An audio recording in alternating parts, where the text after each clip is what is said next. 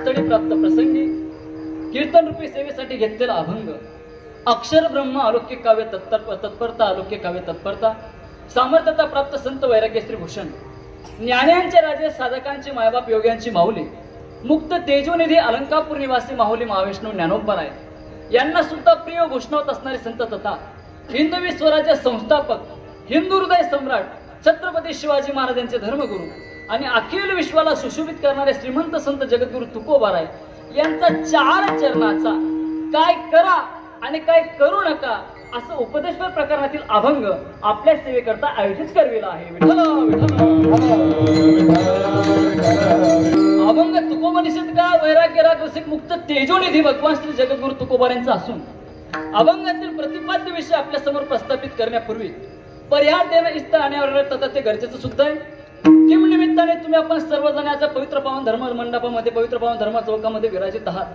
रसिकता, भावकथा, सजगता, चतुरता, भक्तिशास्त्राच्या श्रवण मात्राच्या श्रुताच्या चत्वारी अंतकरणाने कारणे परंपरा आपल्या सर्वांना ज्ञातव्य असलेलंच आहेच, पण तरी सुद्धा सांगणं माझं प्रधान कर्तव्य समजतो. भगवंताच्या असीम कृपेने, साधू संतांच्या आशीर्वादाने, अनेक थोर संतांच्या स्वतस्पर्शाने पावन पुलकित झालेली आपली लीला पार्क आणि आदिशक्ती जगन्माता मनोदेवी माताच्या चरण सानिध्यामध्ये आपण सर्वजण मानवी जन्मजातीने मानवी जीवन जगत आहोत. आणि ते मानवी जीवन जगत असताना आपल्या नगरातील परिसरातील सण उत्सव परंपरा विधी संस्कार सोडे एकमेकांच्या सुखदुःखात सहभागी होण्याची नैतिकता आणि त्याच नैतिकतेचं पायकत्व म्हणजे आपल्या सर्वांच्या समन्वयाने समर्पणाने चालत असलेला अखंड हरिनाम कीर्तन सप्ताह तथा ग्रंथरात्री शिव महापुराण असा भव्य आणि दिव्य स्वरूपाचा चालत असलेला आपला हा सप्ताह आणि सप्ताहातील दुसऱ्या क्रमांकाची सेवा माझ्या वाटेला आहे. अत्यंत गोड आणि सुंदर आपण सर्वांनी एकत्र येऊन हे आयोजन आयोजित करविलं आहे. त्यामध्ये ज्यांच्या श्रीमुखातून आपण या ठिकाणी भगवान श्री महादेवांची अमृतमय लीला श्रवण करत आहात ते महाराष्ट्रातील ख्यात कीर्तन व नामवंत कीर्तनकारांच्या यादीत आज सध्या स्थितीला ज्यांचं नाव अग्रगण्यपणाने घेतलं जातं परमश्रद्धेय, ज्ञानवंदनीय भागवत भास्कर, ज्योतिष प्राज्ञ, आयुर्वेदाचार्य माझे श्रीगुरु ज्यांच्या चरण सानिध्यात वास्तव्य करून आमच्यावरती वारकरी संप्रदायाचे संस्कार लादले असे वंदनीय श्रद्धेय आपल्या सर्वांचे पारमार्थिक क्षेत्रातील आराधन श्रीगुरु भागवतजी महाराज देशमुख यांच्या अमृततुल्य वाणीतून आपण या ठिकाणी भगवंताची कथा श्रवण करत आहात. आणि ज्यांच्या माध्यमातून मला येण्याचा योग आला आपल्या गावातील ग्रामस्थ सर्व लीला पार्कचे सर्व माता पिता यांनी मला आज्ञा दिली, मला यावं लागलं. मात्र ज्यांचं विशेष सहकार्य आपल्या कार्यक्रमाला आहे असे वंदनीय श्रद्धेय सर्व लीला पार्क मनोमाता सेवा मंडळ, लीला पार्क मित्र मंडळ आणि महिला मंडळ, विशेष करून महिलांचं खूप मोठं सहकार्य आपल्या कार्यक्रमाला लाभलेलं आहे. आणि आपल्या सर्वांच्या उपस्थितीमध्ये माझ्यासारख्या पामराला आपल्या समोर 1 तासाच्या सेवा समर्पित करायची. सर्वप्रथम आपल्यासारख्या विद्वानांच्या चरणी सेवा समर्पित करण्यापूर्वी आपले आभार व्यक्त करतो की आपण मला सेवेचा हा सुवर्णयोग लाभून आणला. वंदनीय श्रद्धेय माझे श्रीगुरु या कार्यक्रमासाठी उपस्थित आहेत. महाराष्ट्रांच्या चरणावरती मी विनम्र भावाने नतमस्तक आहे. तसेच आपल्या संपूर्ण जळगाव जिल्ह्याचं वैभव, खानदेश प्रांताचं भूषण असणारे संगीत अलंकार भजन सम्राट युवा कीर्तनकार माझे ज्येष्ठ बंधू आदरणीय पंकजजी महाराज जळगावकर महाराष्ट्रांची उपस्थिती, महाराष्ट्रांचे चरणी मी विनम्र भावाने नतमस्तक आहे. त्याच बाजूला उभा असणारे संगीत अलंकार भजन सम्राट युवा कीर्तनकार माझ्या हृदयाजवळचं असणारे व्यक्तिमत्व आमचे आदरणीय ओम शिव महाराज महाराष्ट्रांची उपस्थिती आहे. त्यांच्याही चरणी मी विनम्र भावाने नतमस्तक आहे. तसंच संगीत क्षेत्रातील तज्ञ भागवताचार्य कीर्तनकार युवा रत्न असणारे माझे ज्येष्ठ बंधू आदरणीय आमचे विशालजी महाराज आहेत, महाराष्ट्रांची उपस्थिती आहे. आणि ज्यांना पाहिल्यानंतर मला अत्यंत समाधान प्राप्त होतं, ज्यांना पाहिल्यानंतर मंगलच मंगल होतं असे माझे ज्येष्ठ बंधू, अत्यंत हृदयाजवळचं असणारे व्यक्तिमत्व, गोड माणूस म्हणजे आमचे आदरणीय मंगल महाराज आहेत, त्यांची उपस्थिती आहे. त्यांच्यासोबत आमचे सर्व बाल गोपाल भजनी मंडळ अत्यंत चांगल्या पावल्या खेळतात. महाराज मला तर पहिले असं वाटते पहिले नाचत द्यावं म्हणतं मनमोठे, किती गोड नाचतात महाराज आमचे सर्व बाल महाराज मंडळी. तुमचं नाव वगैरे काही घेतलं काही राग नाही तुम्हाला, आपलं पॅनल ना माणूस येत उद्या त्यांनी माझं चिन्ह पण घेऊन घ्यावं आणि माझं नाव पण घेऊन घ्या असं वाटलं. पण आम्ही एका पक्षातले माणसं, आपल्यामध्ये तसं होत नाही महाराज सध्या. त्यानंतर आमचे विनयकरी बाबा आहे, विना जण नाही महाराष्ट्र नाही ना, नाही तुमचा चेहरा सांगतो मला थोडा जड वाटतोय बा असं. काही हरकत नाही, आमची विनय करी बाबा, हसत राहा थोडं, तुम्ही हसतो तर मला बरं वाटेल. हा बरं बरं आहे. या ठिकाणी महाराष्ट्रातील ख्यात कीर्तन पखवाज वादक, त्यांचं पखवाज वाजल्यानंतर असा कीर्तनकार नाही महाराज की तो डोलायला लागत नाही. लोक आमचं कीर्तन ऐकायला नाही येत, आमच्या महाराजांचा पखवाज ऐकायला येतात. असं वारकरी संप्रदायाचं भूषण म्हणजे आमची भूषण महाराज आहेत. महाराज अत्यंत गोड पखवाज वाजवतात. माझ्या हृदयाजवळचं आणि हृदयातलं व्यक्तिमत्व आहे. असे आदरणीय भूषण महाराज आहेत. माझे लहान बंधू आदरणीय आपल्या जळगाव जिल्ह्याचं वैभव असणारे महाराष्ट्रातील प्रसिद्ध कीर्तनकार, हिंदू धर्म प्रवक्ता आदरणीय आमचे सौरभ महाराज यांची उपस्थिती आहे. आणि आपण सुद्धा बहुसंख्येने उपस्थित आहात. माझा आवाज तुमच्यापर्यंत पोहोचवण्यासाठी माऊली संशिष्टी आमचे आदरणीय मुकुंदा दादा, एकच नंबर क्वालिटी महाराज, बिलकुल विशेष नाही. असा साऊंड राहिला ना असं वाटतं किती बोलावून काय बोलावं असं वाटतं, मला समाधान वाटतं. परवा माझं कीर्तन होतं, साऊंड चालू बंद करून द्या. हा आता जरा निवांत वाटत. ते मला शांततेत ऐकायची बोलायची सवय. ऐका, परवा कीर्तन होतं माझं, साऊंडची गोष्ट सांगतोय मी तुम्हाला. इकडून माणूसचा आवाज काढायचा, तिकडून बाईचा आवाज यायचा. मला परत मला स्वतःवर शंका यावं लागली, असं काही विरानं म्हणता मी काय म्हटलं आवाज येत नसेल तर मुकुंद दादा मी जवळून बोलायला लागलो. जवळून बोलायला लागलं तर मला वाटांना करंट लागून गेलो. वायर मध्ये काहीतरी प्रॉब्लेम असेल, पंकज दादा ती वायर हलवून गेलं, तिथं बी करंट लागून गेलं. घरी गेलो, रात्री आईला सांगितलं, आई मला 2 वेळेस करंट लागून गेलं. मन माया म्हणे तू कीर्तनले जास्त का वायर जे लटका जास्त म्हणे धडे. एक नंबर क्वालिटीचा साऊंड आहे महाराज. दादा तर दादा आमचे मुकुंदा दादा, बाकीचे दादा करती पाचूंदा, पण एक नंबर क्वालिटी साऊंड आहे महाराज. आणि श्री गुरुच्या मुखातून आपण कथा श्रवण करत आहात. वंदनीय श्रद्धे महाराज जर समोर असले तर मला थोडा धाक वाटतो बोलायला. काय धाक वाटतो महाराज, आपल्यापेक्षा ज्ञानाने वयाने अधिकाराने संपन्न माणसं जर समोर असले ना तर माणसाला थोडासा धाक असावा ज्येष्ठ लोकांचा. बरोबर आहे की नाही. माझा एक मित्र आहे म्हणे मी कोणालाच घाबरत नाही, माझ्या समोर कोणी बी राहिलं मला काहीच फरक पडत नाही. म्हणतात तुला डोकावरच फरक पड जायला, तू काय फरक पडेल. आमचे गुरुजी म्हणजे महाराज वारकरी संप्रदायातलं सिंहासारखं व्यक्तिमत्व आहे.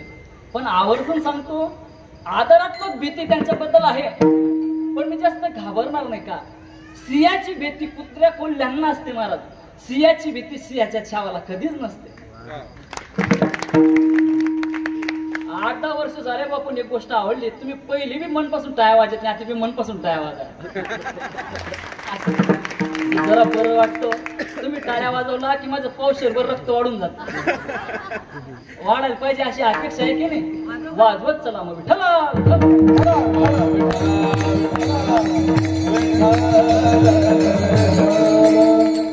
आज इतका आनंद वाटला महाराज, 5-7 वर्षानंतर तुमचं दर्शनाचा योग आला. आमच्या आईसाहेब मला भेटल्या. आईसाहेबांनी मला एका मिनिटात ओळखून घेतलं. एका मिनिटात कसं ओळखलं बरं का. हा बरोबर ओळखलं महाराज तुम्ही.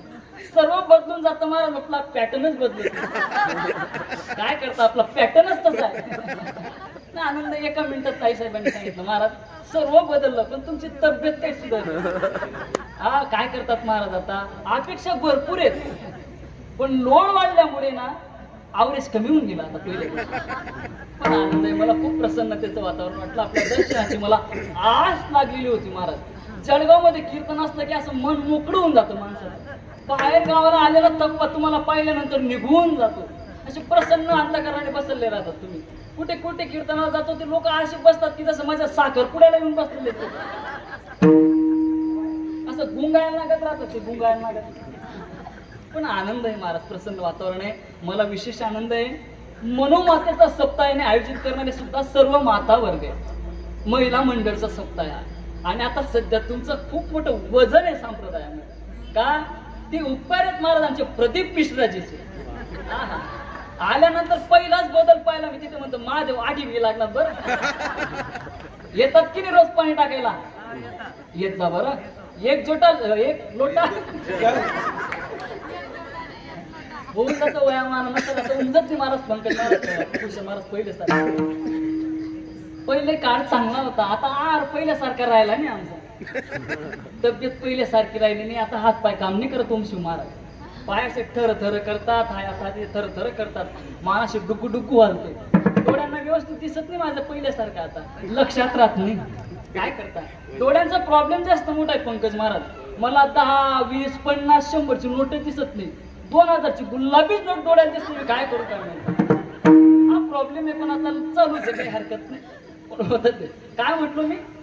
एक लोटा जल सारे समस्या हो का? हा येत चला बरं का. आनंद आहे. महादेवांची कृपा होईल आपल्याला. बरं सीओवर गेले होते की नाही म्हटलं? गेले होते का?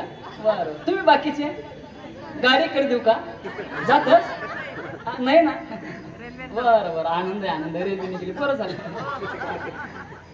किती आनंद आहे महाराज. परमार्थिक क्षेत्रात खूप मोठे योगदान आहे महिला मंडळाचं. आता आमच्याकडे जर सत्ता करायचं म्हटलं गुरुजी, पावत्या पाडायला माणसं जातच नाही. महिला मंडळाला पाठवतो. जे काम यांच्याकडून होतं ते यांच्याकडून होत नाही महाराज. जिथं 50 रुपये निघणार आहेत कृष्ण महाराज, तिथं 500ची नोट कशी काढतात पाहतो. सत्ता एक नंबर करायचा असेल तर महिला मंडळ प्रत्येक गोष्टीमध्ये तुमचं खूप मोठं सहकार्य. मी तर एवढा अभ्यास करतो, एवढा विचार करतो की तुम्हाला भगवंताने काय डोकं चालवून बनवलेलं असेल तेच मला कळत नाही. विचार करा, तुम्ही बोलत चला. राजकारणामध्ये महिला मंडळ, फक्त महिला मंडळ बोला. आपण अर्धा पाकिट वाटून घेऊ वाटलंच, काय हरकत नाही.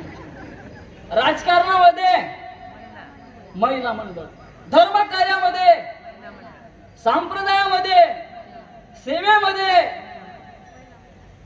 कंडक्टर, सरपंच, आमदार, खासदार, मंत्री, राष्ट्रपती, एकाचे 2 कर करायला तेवढं सांभाळलंय तुम्ही. मला आनंद होतो. तुमच्याशिवाय संसार होत नाही, तुमच्याशिवाय परमार्थता अजिबात होत नाही. महिला मंडळ जर 2-3 दिवस गावाला गेले ना, यांचे हाल बघवत नाही माणसाकडून. घराची स्मशानखाई करून टाकतात. स्मशानखाई एवढी अवघड कंडिशन. त्यांना स्वयंपाक सुद्धा करता येत नाही. झाडू सुद्धा मारत नाही महाराज. भूषण महाराज लोक तिथे जमा करतात, तिथेच लावून देतात. स्वयंपाक करता येत नाही तुम्हाला. एकच आयटम बनवता येतो. कुठला? खिचडी. आणि ती पण 3 प्रकारची राहते. खाली जळगाव, वरती चिखलदरा, वरती तांदूळवाडी. ते खिचडीचं काय असं झालंय पंकज महाराज, आता त्याच्या कडीपत्ता दम मारत नाही सध्या. त्या कडीपत्ताने असं उकळून दिलं भूषण महाराज, अशी वस्तू नाही की त्याच्यामध्ये कडीपत्ता नाही.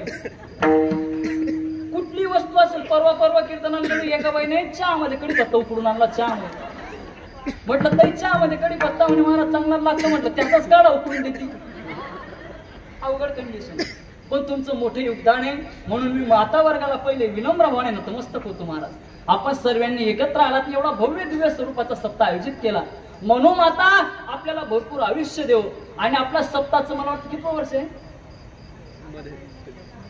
पहिल्यापासून सांगा ना. बंद जाऊ दे आपल्या या लेनदेन नाही. 13वं वर्ष आहे की नाही. मनोमाताच्या चरणी सुरुवातीलाच विनंती. 13वं वर्ष आहे. 100व्या वर्षाला सुद्धा मनोमाता तुझ्या दरबारामध्ये ऐकायला येस लोक, म्हणायला येस लोक, विनेकरी पण हेच वाचवायला भूषण महाराज कीर्तनकार. माझी बाजू घेत चला थोडीफार. आपणच विनंती आहे. आता लगेच थोड्या वेळात आपण अभंगाकडे वळूया. विठ्ठला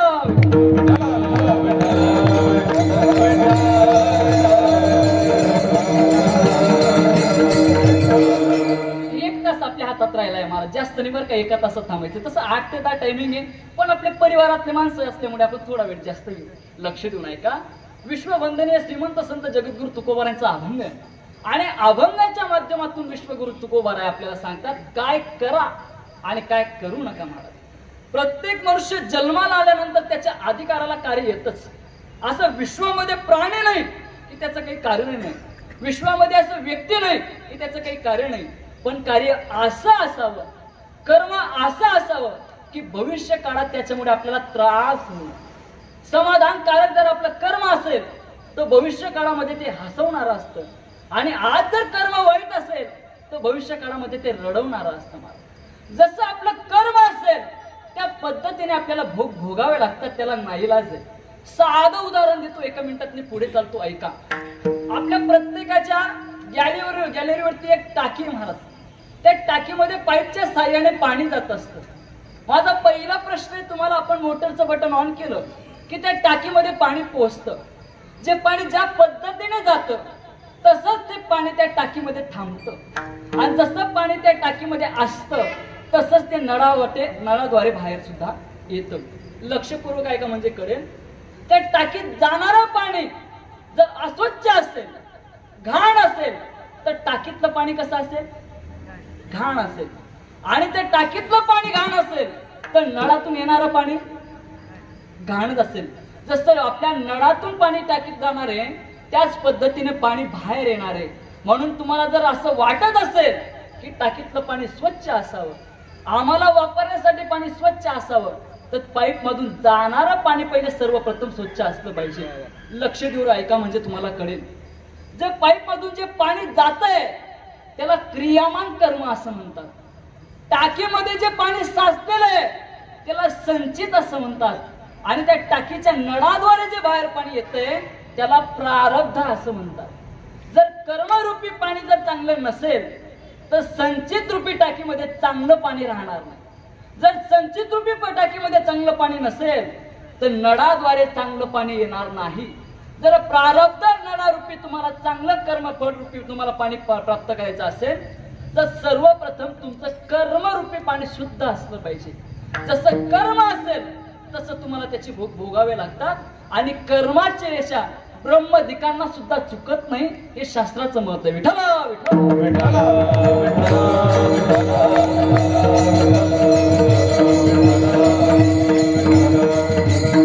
चांगलं कर्म करा. कर्माचे अनेक प्रकार आहे. आपण साध्या भाषेत बोलू तुमच्या लक्षात येईल. चांगलंही कर्म आहे आणि वाईटही कर्म आहे. आज जसं कर्म कराल उद्या त्याच्या फळाची प्राप्ती तुम्हाला होणार आहे. प्रत्येकाला माहिती आहे आज जे आपण शेतात पेरलेलं आहे उद्या तेच आपल्याला कापायला भेटणार आहे. बीज बोया बोकरू का तो आम कहां से आएंगे. बियाणं लावतात चांगलं तुम्ही बोकरूचं बियाणं लावतायत नाही अपेक्षा करतायत की त्याला आंबे येतील. कसं काय आंबे येतील लावताना तर तुम्ही त्याला बोकरू लावतायत ना. जे तुम्ही आज करतायत त्याचा परिणाम तुम्हाला उद्या भोगावा लागणार आहे. ती चुकणार नाही महाराज. म्हणून कर्म चांगलं असलं पाहिजे. तुका म्हणे कर्म रे खा, तुका म्हणे कर्म रे खा, तुका म्हणे कर्म रे खा, तुका म्हणे कर्म रे खा. कदाना चुके ब्रह्मादिका. कर्माचं फळ चुकत नाही महाराज. ऐका कैकेयी मातेने का आंधळ्या साधूच्या जवळ गेली आणि त्या आंधळ्या साधूच्या गालाला काळा टिका लावला. आंधळ्या साधूंना दिसत नाही पण स्वतःच्या हाताने काळा टिका लावला आणि त्या साधूला हसायला लागले. साधूला हसायला लागल्यानंतर साधूच्या लक्षात आलं आणि त्या साधूने सांगितलं कैकेयी आंधळ्या साधूची विठंबना करतेस काय. मला दिसत नाही म्हणून माझा अपमान करतेस काय. अगं मला काळा टिका काय लावतेस, मला काय काळा लावतेस. आज मला काळा लावून तू हसतेस. मी तुला श्राप देतो एक दिवस असं येईल की तुझ्या नावाला कलंक लागल्याशिवाय राहणार नाही. लक्ष देऊन ऐका. पवित्र भारत देश हा खेड्यांचा देश आहे. या खेड्या गावामध्ये आजही शोधून पहा 130 कोटीच्या वरती लोकसंख्या आहे महाराज. पण एकाही स्त्रीचं नाव तुम्हाला कैकेयी सापडणार नाही. हा नावाला लागलेला काय आहे? कलंक आहे. आंधळा आहे म्हणून त्याची विटंबना करू नका. मी तर आवर्जून सांगेन एखाद्यामध्ये एखादा अवगुण जर असेल, एखादा गुण कमी असेल तर त्याला सांभाळण्याचा प्रयत्न करा. त्याची विटंबना करू नका. आपला संप्रदाय सर्वांना सोबत घेऊन चालणं शिकवतो महाराज. कमीपणा कोणालाच देत नाही. उलट मी नेहमी सांगत असतो ऐका सामर्थ्यशाली कोणाला म्हणतात आई साहेब ऐका. जो ज्याच्यामध्ये काही कमतरता असेल, काही कमी असेल, ज्याच्यामध्ये सामर्थ्य नसेल अशा माणसांना सुद्धा जो सोबत घेऊन चालतो ना तो खऱ्या अर्थाने सामर्थ्यशाली असतो. कमी असलेल्या व्यक्तींना, सामर्थ्य नसलेल्या व्यक्तींना कमी समजणं म्हणजे मोठेपणा नाही महाराज. कमी असलेल्या लोकांना सुद्धा मोठं करणं याला मोठेपणा असं म्हणतात. विद्वान कोणाला म्हणतात? जो अज्ञानी आणि ज्ञानी याच्यातला भेद करतो त्याला विद्वान म्हणत नाही. जो अज्ञानी लोकांना सुद्धा ज्ञानी करण्याचा प्रयत्न करतो त्याला विद्वान असं म्हणतात महाराज. आमच्या संप्रदायाने सर्वांना संघटित करायला शिकवलं, एकत्र यायला शिकवलं. ही आमच्या संप्रदायाची परंपरा आहे. म्हणून आंधळ्या साधूची विटंबना करतेस त्याचा परिणाम तुला भोगावा लागेल. नावाला कलंक लागला महाराज. साधूला काळं लावलं तर भविष्य काळामध्ये स्वतःच्या नावाला काळं भोगावं लागलं. आता दुसरं उदाहरण तुम्हाला देतो, ऐका. पुन्हा एक आंधळे साधू आहेत, स्नान करतायत नदीमध्ये, आणि स्नान करून बाहेर निघण्याची वेळ तोपर्यंत त्या साधूच्या कमरेचं लंगोट निघून गेला. लंगोट निघाला. अनेक पुरुष महिला त्या नदीच्या काठावरती उभे आहेत. साधूने विचार केला, मला पाहून जे हरी करणारा हा समाज आहे, मला पाहून नतमस्तक होणारा हा समाज आहे, या समाजाच्या समोर जर मी बिना लंगोटचं बाहेर आलो तर ते मला योग्य वाटणार नाही. असंच निघण्यापेक्षा आपण आपला देह या जलाला समर्पित करावा, आपल्या देहाचा त्याग करावा. म्हणून पाण्याच्या दिशेने प्रवाहित होणारा तो साधू दिसला. द्रौपदी माता त्या साधूच्या जवळ येते. त्या साधूला सांगतात, बाबा काय करतात? द्रौपदी, माझ्या कमरेवरती लंगोट नाही आणि अशा अवस्थेत मी बाहेर येणं योग्य नाही. माझा देह मी या पवित्र मातेला समर्पित करतोय. असं करू नका बाबा, साधूंची गरज आहे माझ्या देशाला, असं करू नका. ती द्रौपदी पुढे पुढे जात आली आणि द्रौपदीला सांगतायत, माझ्याकडे येऊ नको बेटा, तू तिथेच थांब, मला लज्जा वाटते, माझ्या कमरेला लंगोट नाही ग. द्रौपदी मातेने दिलेलं उत्तर आहे का, बाबा बेटाही म्हणतात, मुलगीही म्हणतात आणि जवळ येऊ नको असं सांगतात, असं कसं चालेल? आई वडील म्हातारे झाल्यानंतर मुलांचं कर्तव्य असतं त्यांची सेवा करायची. मुलं लहान असताना त्यांच्या कमरेवरती कुठल्याही प्रकारचं वस्त्र नसतं, तरी ते आई त्या मुलाला मांडीवरती घेते, ते वडील आपल्या मुलाला मांडीवरती घेतात. बाबा म्हातारपण आणि बालपण सारखंच असतं. म्हणून जसं लहानपणी माझ्या अंगावर वस्त्र नव्हते तरी माझ्या आईवडिलांनी मला जवळ घेतलं. आता म्हातारपणे तुम्ही माझे आईवडील माझ्या मुलांसारखे, तुमच्या कमरेला वस्त्र नसले तरी माझं कर्तव्य तुमच्या जवळ येण्याचं. द्रौपदीचं भरजरी वस्त्र पाण्यामध्ये भिजू दिलं. द्रौपदीने आपल्या हाताने लंगोट उचलला, कमरेला लावला त्या साधूंच्या डोळ्यातून अश्रूंच्या धारा आल्या. द्रौपदी, अगं काय तू मोठ्या घरची स्त्री, तू राजकुमारी राजपुत्री आणि एवढी थोर असून सुद्धा तू माझ्यासाठी तुझं भरजरी वस्त्र पाण्यामध्ये ओलं केलं आणि माझ्या कमरेला लोंगोट लावून माझी इज्जत वाचवली. जा, मी तुला आशीर्वाद देतो, जेव्हा कोणी तुझ्या इज्जतवरती हात टाकेल तुझी लज्जा जाईल. स्वतः प्रभू परमात्मा तुझी इज्जत वाचवण्यासाठी साडी बनल्याशिवाय राहणार नाही. महाराज, त्याला कर्म, चांगलं कर्माचं फळ चांगलं आहे आणि वाईट कर्माचं फळ वाईट आहे. म्हणून जीवनात असं कर्म करा की ती फळ भोगताना आपल्या चेहऱ्यावरती स्मित असलं पाहिजे, आपल्या डोळ्यामध्ये अश्रू यायला नको. असं आपण काहीतरी कर्म केलं पाहिजे. बेटा,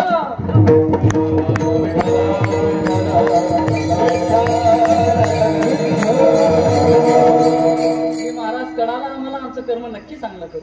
मी नेहमी सांगतो, माणूस आता कुठल्या स्थितीला आहे याचा विचार बाजूला ठेवायचा, पण असल्या त्या स्थितीमध्ये चांगला विचार केला पाहिजे. ओम श्री महाराज, तुमच्यात किती सामर्थ्य हा विषय बाजूला ठेवा, पण मी सामर्थ्यवान बनेल आणि परिपूर्ण प्रयत्न करून माझ्या जीवनाचं साफल्य मी केल्याशिवाय राहणार नाही, हा विचार असला पाहिजे. तुम्ही आता कुठे आहेत याचा विचार करू नका, तुम्हाला तुमचं ध्येय काय ठरवायचं याचा विचार करा.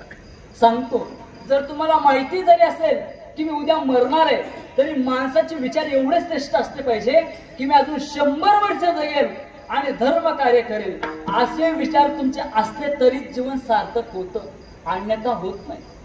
विचार चांगले असले पाहिजे. तुम्ही कुठे, त्याला विषय नाही. प्रसंग सांगतो, अकबर आणि बिरबलाच्या जीवनातल्या अनेक कथा आहेत, पण आपल्याला जो आता अपेक्षित आहे त्याच्यातला एक प्रसंग तुमच्या समोर मांडतो. माझा आवाज येतोय ना तुमच्यापर्यंत? बोलणं करतोय ना? माईकच्या पाठीमध्ये दिसतोय ना मी तुम्हाला? बरं, मग तेवढंच आहे. ऐका, अकबरच्या जवळ बिरबल आले. बिरबल आल्यानंतर, बरं झालं बिरबल तुम्ही आले, तुमच्याशी मला बोलायचं होतं, बोला ना. बिरबल, मला रात्री एक स्वप्न झालं ना. असं का? कसं स्वप्न झालं? आणि तू आणि मी फिरायला गेलो. बर, मग फिरता फिरता आपण गप्पा मारायला लागलो. बर, गप्पा मारता मारता आपला विषय इतका रंगला की आपण दोघी त्या गप्पामध्ये रंगून गेलो. बर, मग गप्पा मारता मारता आपलं लक्ष नाही, पण रस्त्यावरती पुढे 2 खड्डे आले आणि गप्पा मारता मारता आपण दोघी त्या खड्ड्यांमध्ये जाऊन पडलो. बर, बिरबल म्हणतो, महाराज माझ्या सारख्यांना खड्ड्यात पडायची सवय, तुमच्यासारख्या बादशाने खड्ड्यात पडणं योग्य नाही. नाही ना, असं खड्ड्यात पडलो. बरं बरं, पुढे काय झालं? म्हणे बिरबल ऐक, ते 2 जे खड्डे होते त्या 2 खड्ड्यांपैकी एक घाणेनं भरलेलं खड्डे होतं आणि मधाने भरलेलं खड्डे होतं. आणि काय तुझं अधम भाग्य म्हणावं बिरबल, गाण्याच्या खड्ड्यात तू जाऊन पडला आणि मधाच्या खड्ड्यात मी जाऊन पडलो. म्हणजे असं का बादशाह? बरं बरं बरं बरं. बादशाहचं बोलणं संपलं आणि बिरबलाने बोलायला सुरुवात केली. बिरबल सांगतो, बादशाह तुम्हाला जसं स्वप्न पडलं तसंच स्वप्न मला आलं. काय स्वप्न होतं? तुम्ही मला बोलवलं. बरं. आपण दोघे जण रस्त्याने चालायला लागलो. बरं. चालता चालता गप्पा मारायला लागलो. बरं. गप्पा रंगल्या. बरं. रंगलेल्या गप्पांमध्ये आपण बेंधुंद झालो आणि समोर असणाऱ्या खड्ड्यांमध्ये आपण दोघे जण जाऊन पडलो. आणि जे खड्डे होते ना बादशाह, ते खड्डे सुद्धा बरोबर सांगितले. मी घाण्याच्या खड्ड्यात पडलो आणि तुम्ही मधाच्या खड्ड्यात पडलात. बरोबर आहे. असा सर्व प्रसंग जसा तसा झाला. पण खड्ड्यात पडून तुमचं स्वप्न संपलं, पण त्याच्या पुढे माझं स्वप्न आहे. त्या खड्ड्यातून आपण दोघी जण बाहेर आलो आणि विषय असा झाला, तुम्ही मला चाटायला लागले, मी तुम्हाला चाटायला लागले. ऐका आता, तुम्ही कुठल्या खड्ड्यात पडले हे महत्वाचं नाही, तुम्ही चाटतात काय हे अत्यंत महत्वाचं.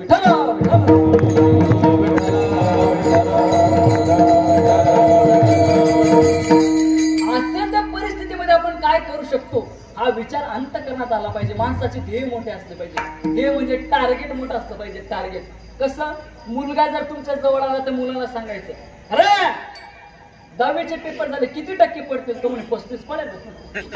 तेवढी कॅपॅसिटी असते. मागच्या वर्षाचे भाग्यवान होते विद्यार्थी. का?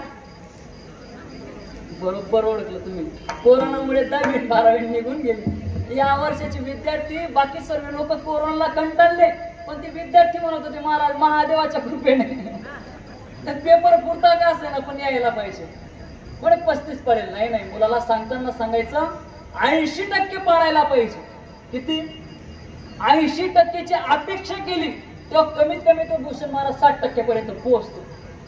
आणि तसं जर ऐकत नसेल तर त्याला आमिष दाखवायचं. आमिष. आजकालची मुलं प्रेमाने काम ऐकत नाही महाराज. आजकालचे पोरं एवढे डेंजर आहेत ना, भयान काम आहे. आता आमच्या मंगल महाराजचे सर्व मित्र परिवार पाहिला का मला बरं वाटतं. नाही तर पोरं पाहिले तर अंगाला काटेच येतात माझे डायरेक्ट, एवढे खतरनाक. अवघड विषय. कीर्तनाला गेलो, बारशाचं कीर्तन होतं, त्याचा मोठा भाऊ होता. बारशाचा तो मुलगा होता लहान, तो 12 दिवसाचा. जवळ गेलो, माझं कर्तव्य पूर्ण केलं. शिव महाराज त्या लहान बाळाला मी मांडीवरती घेतला असं, आणि 200, 400, 500 रुपये वाटते म्हणून मी त्याच्या हातात 100 रुपये टाकले. ही टेक्निक राहते बरं त्याची. हा बरोबर. त्या मुलाला मांडीवर घेतलं. त्याचा मोठा भाऊ होता. त्याच्या मोठ्या भावाचं वजन, त्याचं मोठ्या भावाचं वय होतं महाराज 12 वर्ष. त्याचं वजन होतं 56 किलो. त्या लहान बाळाला मी मांडीवर घेतलं. हा मोठा बाळ त्याच्या पप्पांकडे गेला. पप्पा, आणि काय? त्या महाराजांनी माझ्या लहान भावाला मांडीवर घेतलं. आता मला महाराजांच्या मांडीवर बसायचं. त्याचं वजन 56 किलो, माझं 42 किलो. म्हटलं उभं राहण्याची कॅपॅसिटी राहील का आपली कीर्तनात? एवढं अवघड काम महाराज. पोरं म्हणजे डेंजर. त्याला मांडीवर घेतलं आणि तो असा पाहायचा विनेगरी बाबा माझ्याकडे. त्याला पाहून माझं मन धक धक धक करून येईल का. हृदयाची ठोकी वाढून गेली महाराज. त्याच्याकडे पाहिला, तिरपा पाय. बसलो टीव्ही पाहायला लागलो. त्याने ते कार्टून लावून दिलं. कोणतं? मोठू और पत्तू. काय आवडतं काय माहिती. ते नाटक मी पाहत नाही, कारण की त्यातला पत्तू पाहिले का मला स्वतःची आठवण येते ते, आणि मोठू पाहिलं तर कोणाची आठवण येते बरं. असं एकाच कानामध्ये दोघींना विरोधी उभं करून गेलं. मेडीम आहे तो माणूस. तुम्ही धनंजय महाराजांना पाहिलंय का? क्वालिटी म्हणजे क्वालिटी महाराज एक नंबर. मोठूवर पत्तू की जोडी. वाजवायला राहिलं की माझं कीर्तन कमी, मला हसायला जास्त एकदम भारी वाटतं महाराज. आता तो मोठू आहे त्याची भाषा पण मला थोडी थोडी जमते. बोलून दाखवू का? त्याचे पैसे वेगळे लागतील. खाली पेट मेरे दिमाग की बत्ती नाही जलती. असंच बोलतो बरोबर. क्वालिटी असली पाहिजे बाबा आपल्याकडे. हा मेरे प्यारे देशवासी हो, बाई और बहिणो, ऐका आता. तो टीव्ही पाहत होता. त्याने ते कार्टून लावलं. त्याला म्हटलं रिमोट दे रे, कीर्तन लागतं 7 वाजता. कीर्तन कोण म्हटलं आपण. तो पायसा मी पण मी त्याची जास्ती नादी लागलो नाही. दिन दोपटी माझ्या आपल्या काय करतो. नको आपण कीर्तन घेतले पुढे. आणि पहिलेच बाबाजींचं एका सप्ताह दाणी पडली आमची. त्याच्यामुळे नकोच. तो मुलाच्या मनात काय आलं काय माहिती. रिमोट माझ्या हातात दिलं, मी निघून गेला बा. 5 मिनिटं रिमोटचं बटन दाबलं आहे मी. चॅनलच बदललं नाही हो. चॅनल बदलत नाही. मी माझा विचार करायला लागलो चॅनल का बरं बदलत नाही. तो तिकडून आला म्हटलं का रे पट्ट्या रिमोट दिलो पण चॅनल का बरं बदलत नाही. महाराज त्याच्यातला शेल मी खिशात घालून घेऊन गेलो. असे पोरं आहेत महाराज, एवढे अवघड कंडिशन. त्यांना अपेक्षा मोठ्या ठेवायला लावायच्या. तुम्ही त्यांना अपेक्षा मोठ्या ठेवल्या की त्यांचं टार्गेट मोठं होईल. तुम्ही त्यांच्यावरती वजन मोठं दिलं की त्यांची क्षमता मोठी होईल. हे कर्तव्य आपलं असतं महाराज. बरं आपलं ध्येय मोठं असलं पाहिजे, आपलं कर्म चांगलं असलं पाहिजे. मग आम्ही कसं कर्म करू? तुकोबाराय तुम्ही सांगाल ते कर्म आम्ही करतो. तुकोबाराय सांगतो मी जसं सांगतो तसं केलं तर आयुष्याचं तुमचं साफल्य होईल, अभंगाच्या प्रत्यक्षात.